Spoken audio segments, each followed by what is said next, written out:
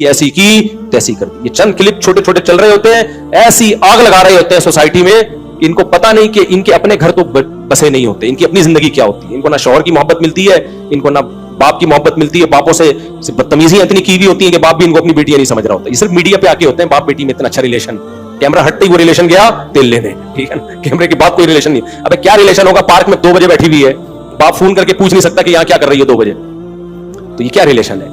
तो ये सब ऐसी की तैसी कर दी है सोसाइटी की।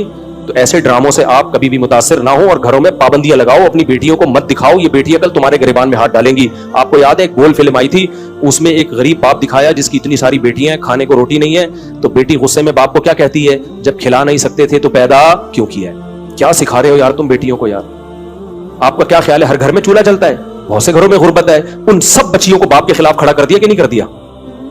सब बच्चियां, हजारों लाखों बच्चियां बाप के गिरबान में हाथ डालेंगी। कमबख्त जब खिला नहीं सकते थे तो पैदा क्यों किया है, खिला नहीं सकते थे पैदा क्यों किया। क्या हर घर में रोटी होती है।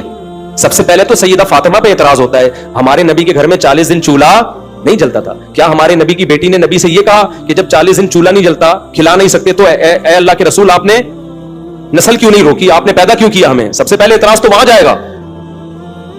गुर्बत तो हमारे मुल्क में बहुत है, तो सब ये गरिबानों में हाथ डालेंगे। आप उसको बताओ, ड्रामे में, फिल्म में ये दिखाना चाहिए था कि बेटा खिला नहीं सकता था, फिर भी अल्लाह ने खिला के तुझे 6 फुट का बना दिया है। इतनी बड़ी कैसे हो गई बगैर खाए, और इतना खाया है कि बाप की आंखों में आंखें डाल के बात कर रही है। ये जब ज्यादा खाता है तो इस तरह बोलता है, कम खाने वाले में इतना कॉन्फिडेंस नहीं होता, बहुत ज्यादा खाया है। और फिर मैं अगर फिल्म बनाता ना तो फिर मैं ये भी बोलता उसको, मैं बोलता कि बेटा मुझसे गलती हो गई, मैं खिला सकता नहीं थी, पैदा कर दिया, लेकिन अब इस गलती की तलाफी हो सकती है, बंदूक लो, मारो अपने आप को, खत्म। भाई रिवर्स भी तो ये अमल हो सकता है ना। क्या ख्याल है भाई, आप गलत पैदा हो गए ना, तो जो काम गलत हुआ है उसको, भाई आप आगे निकल गए, मुड़ना आपने यहां था, आप निकल गए तो यू टर्न लिया जाता है ना भाई, 180 पे वापस। तो आप गलत पैदा हो गए, अब खाने को है नहीं, पैदा गलत हो गए आप, तो कोई बात नहीं है, तो आप ना पैदा हो, ना पैदा होने का मतलब क्या, खत्म। 1 सेकंड आप कह सकते हो मौत की तकलीफ होती है, भाई यूं उठा, रिपोर्ट ये कि ऐसे तकलीफ 1 सेकंड की होगी, मर जाएगा, तो गुर्बत की तकलीफ से तो अच्छा है ना, तो यूं करो, खत्म। तो अगर कोई बेटी बाप को ये ताना देती है ना कि जब खिला नहीं सकते थे तो पैदा क्यों किया, तो बाप को चाहिए, बेटा मुझसे गलती हो गई, ये बंदूक है, ये गोली है, मैं अपने सर पे कत्ल नहीं लेना चाहता, खुद अपने आप को मार दो, 2 मिनट के अंदर खत्म। आप कह सकते हैं बहुत से गरीब खुदकुशियां करते भी तो हैं, खुदकुशियों का रेशो गरीबों से ज्यादा अमीरों में है, ये ज़हन में रखना। खुदकुशियों का रेशो गरीबों से ज्यादा किस में है, उन लोगों में है जिनकी तोंदें फुल भरी हुई हैं। जो गरीब खुदकुशी करते हैं ना, वो गुर्बत की वजह से नहीं करते, उनमें बर्दाश्त नहीं है। तो बर्दाश्त तो चाहे मालदार में या गरीब किसी में भी नहीं होगी, तो वो खुदकुशी की तरफ जाएगा। और जिनमें बर्दाश्त है वो 40-40 दिन भी फाकों में गुजार देते हैं।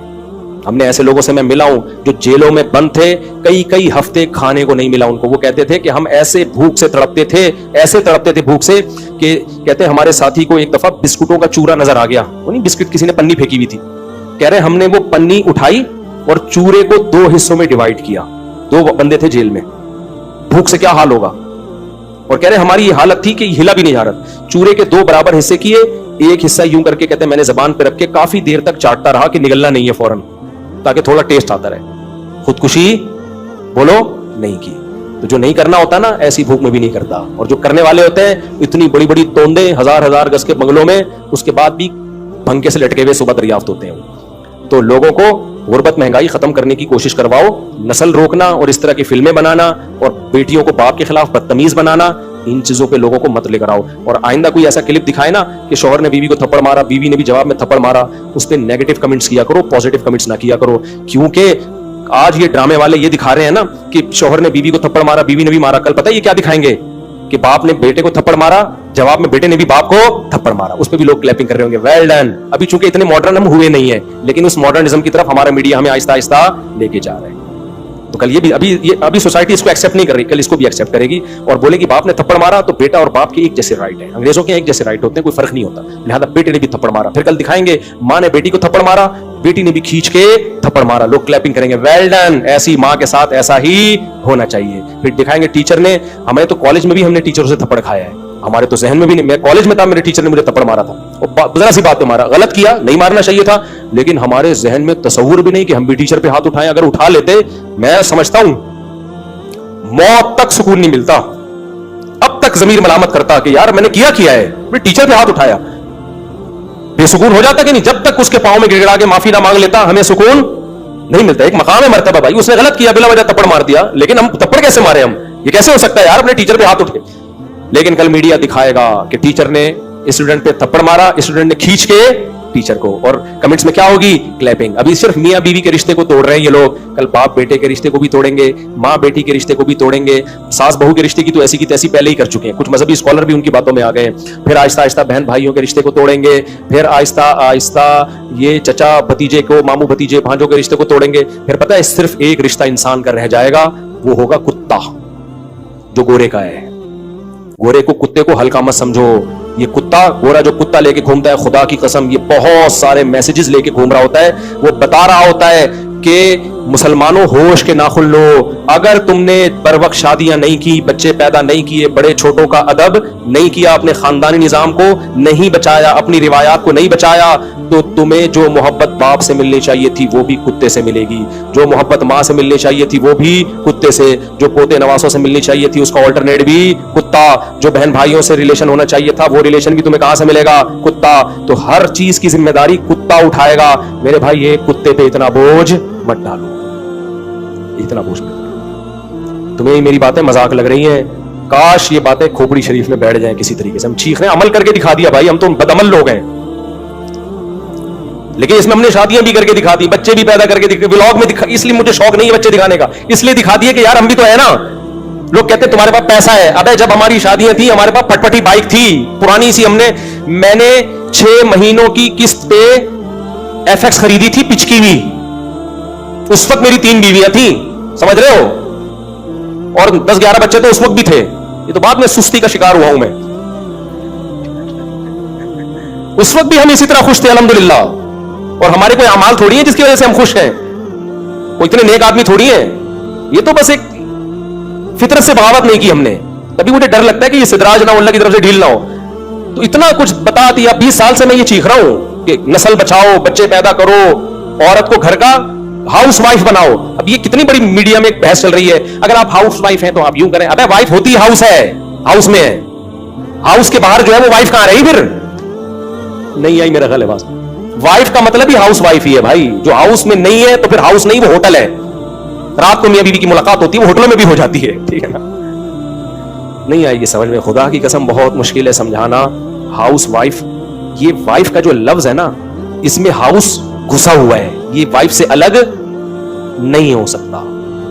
وہ پوری وائف ہے ہی نہیں جو ہاؤس وائف نہیں ہے بھائی. وہ آدھی وائف ہے, آدھی کچھ اور ہے. وہ وائف کہاں ہوئی پھر؟ وہ تبھی دیکھو عربی میں بیوی کو اہل بیت کہا جاتا ہے. اہل بیت, اہل بیت کا مطلب پتہ کیا ہے؟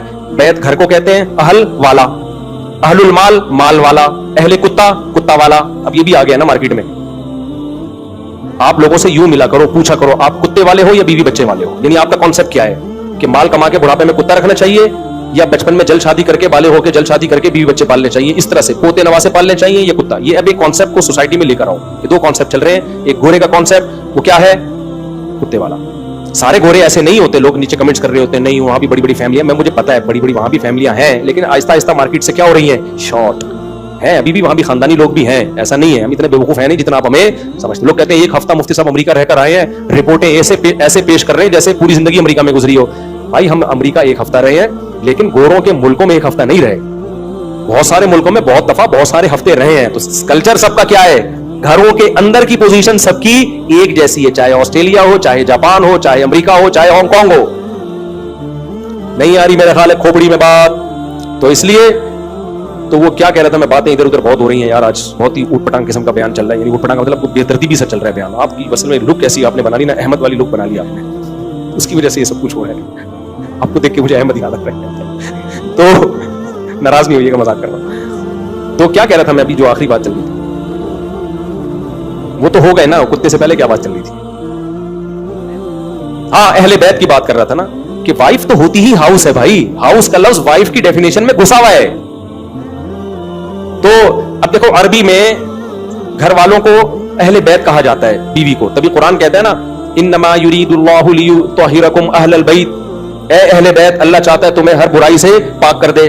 تو یہاں اہل بیت سے نبی کی بیویاں مراد ہیں, تو بیویوں ڈوبیں گے. یہ نہ عورتوں کے حقوق کے علمبردار ہیں نہ مردوں کے حقوق کے علمبردار ہیں. ان کے پاس نہ عورت کے حقوق ہیں نہ آدمیوں کے حقوق. یہ سب کے حقوقوں کی ایسی کی تیسی کر